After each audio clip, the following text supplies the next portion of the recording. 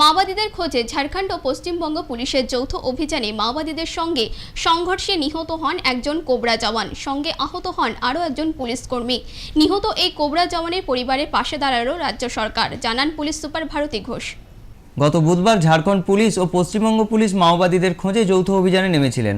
আর এই অভিযানে চিতমার দুই রাজ্যের পুলিশের সাথে সংঘর্ষ বাধে মাওবাদীদের এবং নিহত হন একজন কোবরা জওয়ান, সাথে আহত হন আরও একজন পুলিশ কর্মী।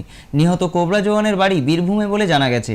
শুক্রবার নিহত জওয়ানের পরিবারকে 2 লক্ষ টাকা সহ পরিবারের একজনকে হোমগার্ডের চাকরির ঘোষণা করেন মুখ্যমন্ত্রী মমতা বন্দ্যোপাধ্যায়, যা সাংবাদিক সম্মেলন করে জানিয়েছেন পশ্চিম মেদিনীপুরের পুলিশ সুপার ভারতী ঘোষ। এদিনের এই সাংবাদিক সম্মেলনে উপস্থিত ছিলেন কোবরা ব্যাটালিয়ন ফোর্সের সিও। তিনি রাজ্য সরকারের এই সিদ্ধান্তকে ধন্যবাদ জানিয়েছেন। আমরা একসঙ্গে জানাচ্ছি যে আমাদের ইন্টারস্টেট অপারেশন, যেটা এ লেভেল অপারেশন, সেটা 16 তারিখ থেকে শুরু হয়েছিল। সেটা মাসে প্রায়ই হয়। It is a very common affair. Interstate operation মানে আমাদের ফোর্স ঝাড়খণ্ড বা উড়িষ্যায় ঢোকে এবং ঝাড়খণ্ড বা উড়িষ্যার ফোর্স সাইমালটেনিয়াসলি আমাদের স্টেটে ঢোকে।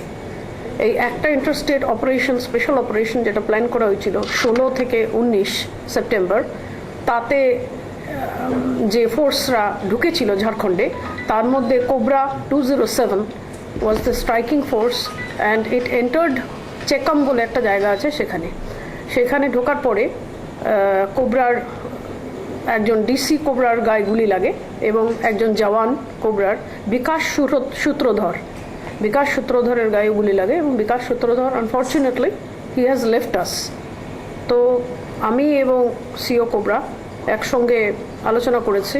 আমাদের সেন্ট্রাল গভর্নমেন্টের যে কম্পেনসেশন স্কিম আছে, বিভিন্ন ধরনের সেন্ট্রাল গভর্নমেন্ট স্কিম, তাছাড়া এসআরই হেডে কম্পেনসেশন পাবে। এছাড়াও আমাদের মাননীয় এবং শ্রদ্ধেয় মুখ্যমন্ত্রী আজকে জানিয়েছেন একটু আগে যে উনি এই বিকাশ সূত্রধরের পরিবারের একজনকে হোমগার্ডের চাকরি দেবেন এবং in addition to the benefits which will be given to him, compensation which will be given to him, state government 2 lakh টাকা তাকে দেবে। এটা আমাদের রেগুলার ইন্টারস্টেট অপারেশন হয় এবং আনাগোনার খবর পেয়েই আমরা অপারেশন প্ল্যান করি এবং এভাবে ঢুকি।